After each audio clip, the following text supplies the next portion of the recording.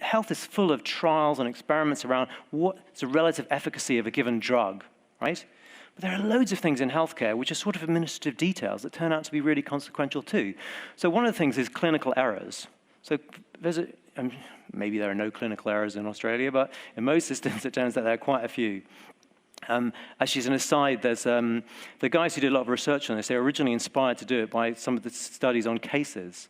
And one that always stuck in my mind was this guy who'd gone in for very severe ear infection. And so the clinician had written, to apply ointment, and he'd just written it in, so he'd just written it in R.ear. So he'd written in, yeah. So yeah, that's right, folks.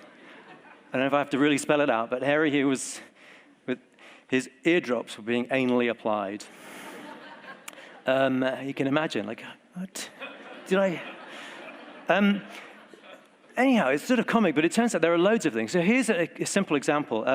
So in fact, you can see on this, because this is the revised form. Hey presto, doctor's handwriting is often not great, but a key thing is the prescription microgram or milligram? That's actually quite a big difference, it turns out. And it's quite hard to read the difference often. So every hospital turns out to have its own prescription charts and pay, why?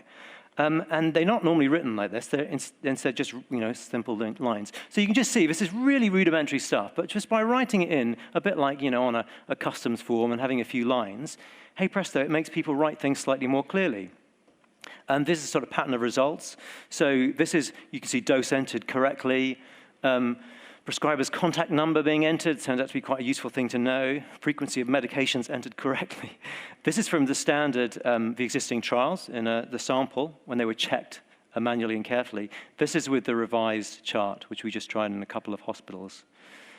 So an aside is 750 million a year for us is our estimated losses associated with simple clinical errors.